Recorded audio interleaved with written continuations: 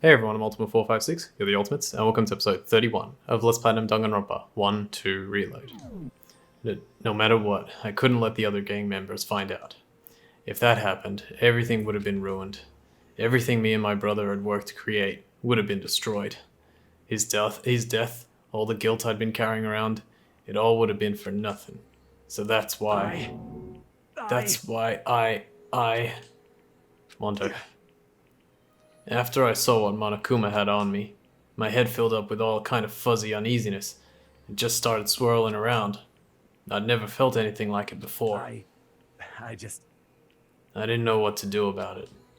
I wasn't sure what to think or say, but after a while, that fuzzy uneasiness turned itself into a rock-hard lump of anxiety way down in my stomach. And it was right around then that Chihiro asked me to start working out with him. And right there, he told me a secret. Seriously? Jesus. I'm sorry. Yeah, I'm sorry I lied to you. But why? Why now? Why are you telling me this all of a sudden? Huh? Because, I mean, you kept this secret all this time, right? If anyone found out, you would... But You're right, but... I want to change. I wrapped myself in lies. I'm weak. I want to destroy that version of me forever. His words were like a knife in my gut. I felt like he was exposing the lie that I had been living myself. I have to change. I don't want to be weak anymore. You're so strong, it can't hurt you, right? Whatever secret Monokuma might tell us. You piece of... So what? You're saying I should just say it? What? You're saying if I really am, I should be able to just tell everyone my secret? Huh? I was jealous. I was jealous of Chihiro's strength. He had the strength to face his own weakness, to try and overcome it. It was the kind of strength I've never had, so I was jealous of him. And that jealousy broke me. What? Are you making fun of me? I'm strong. Are you effing with me right now? No! I'm not making fun of you. You really are strong, Mondo. I felt like I could hear something starting to creak. Something inside my head. What did he want me to do? What was I supposed to do? Was I supposed to just sit back, let my secret get revealed, and ruin everything? What's wrong? Damn you! Why did you have to tell me all that? Are you trying to rub my failure in my face? I just wanted to... No, I just really admire you. I admire your strength. Yeah, that's right. That's right. I am strong. Strong. I'm strong. Strong, strong, strong. Strong, strong, strong. Stronger than you. Son of a bitch! And stronger than Daya. I don't remember anything after that. When I woke up again, he was laying at my feet, covered in blood. I had the dumbbell in my hand and I was just staring at him, down on the ground. Hey. I killed him. I killed Chihiro. Even after all this time, I'm still just as weak as I've always been. And thanks to that, I did something I can never take back. Mondo. He was normally so aggressive, so angry. He hid that weak side away from everyone. That was his secret. A weakness like that lived in a heart like his, and it turned him cold-blooded. God damn it. Look at him. You see? You're all just like him. For a secret from the past. For a memory. For that, he killed another living human in cold blood. He couldn't cut free of his regrets from the outside world. He doesn't know what true strength is. Do you see hope anywhere in there? 'Cause I sure don't. You bastard! Just shut up, you son of a bitch! Go ahead, say that again, I dare you. Yep. Okay, I'll say it as many times as I want, is what I want to say, but unfortunately, I can't do that right now because the time for punishing is fast approaching. Punishing? It can't be. You mean execution? Well now. That's what I promised you, right? The blacken that disturbs the peace will be punished. Ridiculous. Hold on. Now then, I prepared a very special punishment. For Mondo Awara, the ultimate biker gang leader. No, wait. Let's give it everything we've got. It's punishment time. I said, wait! Sorry, man. I couldn't keep the promise we made. From one man to another.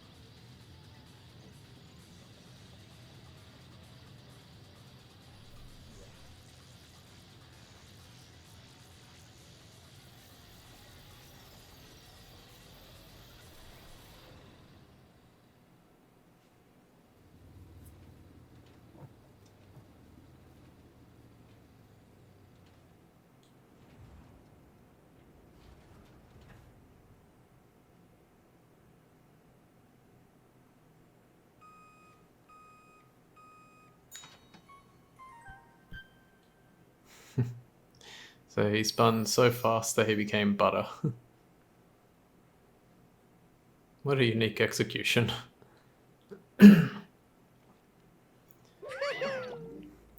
Laugh at death and your soul will forever be at peace.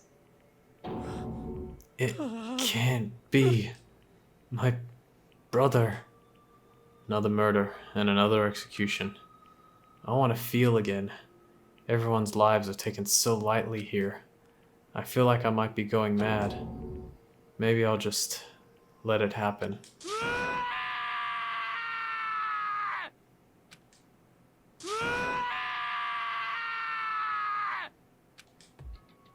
As Tarka's sad screams invaded our skulls, we were each forced to realize once again.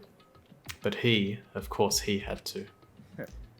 What a disappointment. This is the end of the game?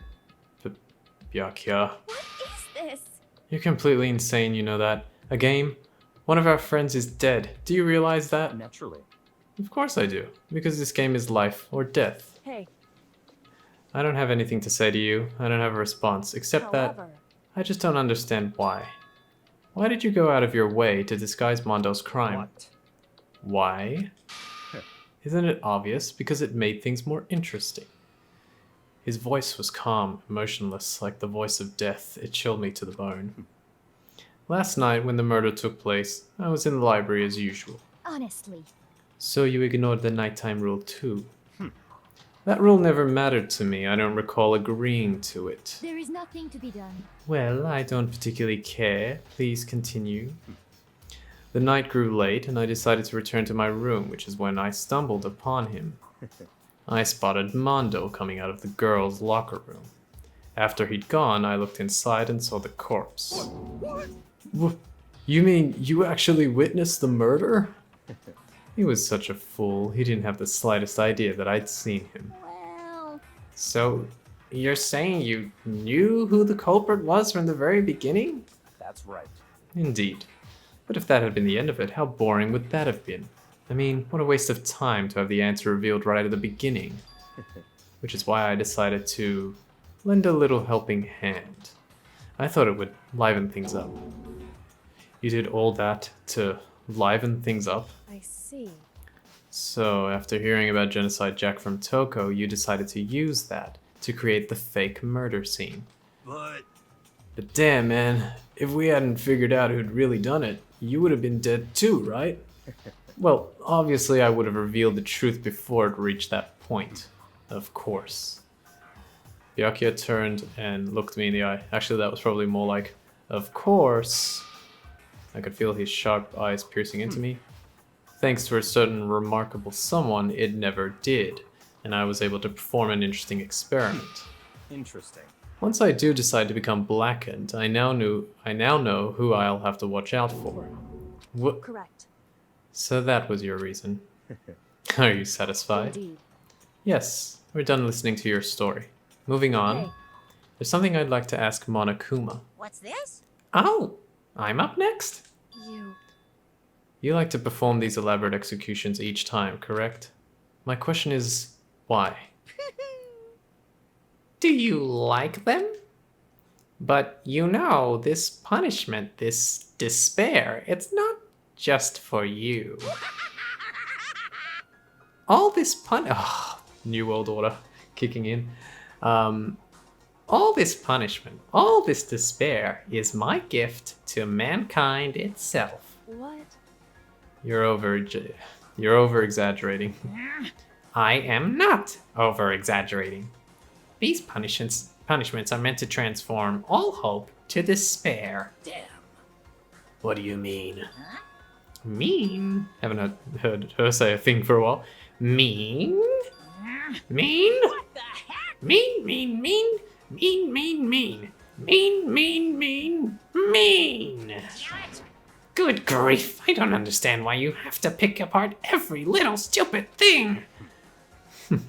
Whatever, it doesn't matter. In the end, I'm going to stand alone as the victor, and then everything will be revealed to me. Ooh, Ah, how the noble son exciting. of a noble family. Truly, you understand me. I think this is the start of a terrifying friendship. That's enough. Shut up.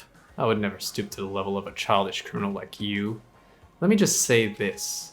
After I have achieved complete victory, you're up next. I'm going to find you and kill you. Understand? In the name of my family. In the name of the Togami family, for which victory is a foregone conclusion. You're getting all riled up. Oh, so cool. It's like you're the main character of a video game or something. No trash mob for you. I swear whatever it takes, I will kill you. Temper. Sounds like someone needs a nap. Yeah, that's fine. That's also fine.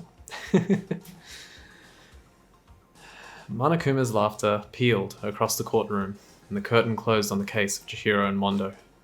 But I knew that wasn't the end. The killing game would still continue, because the mastermind wouldn't let it end.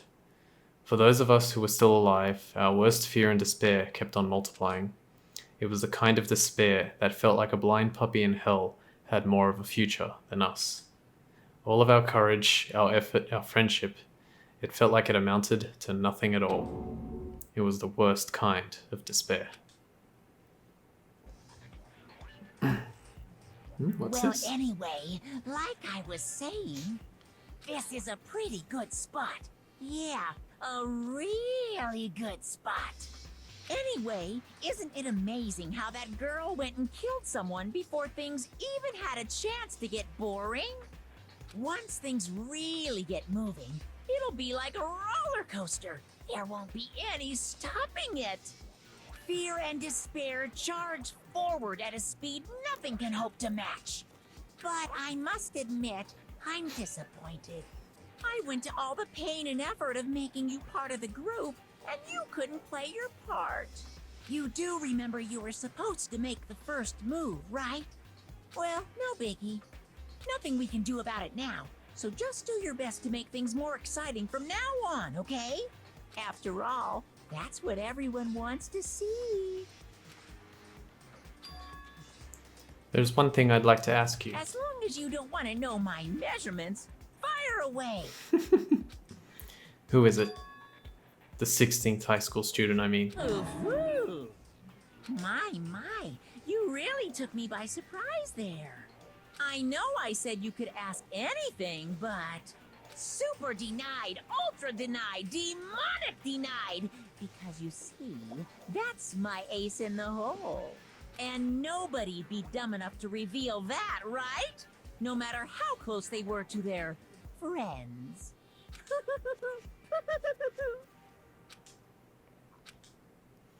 All right. Well, that was a very interesting little extra bit that we got there.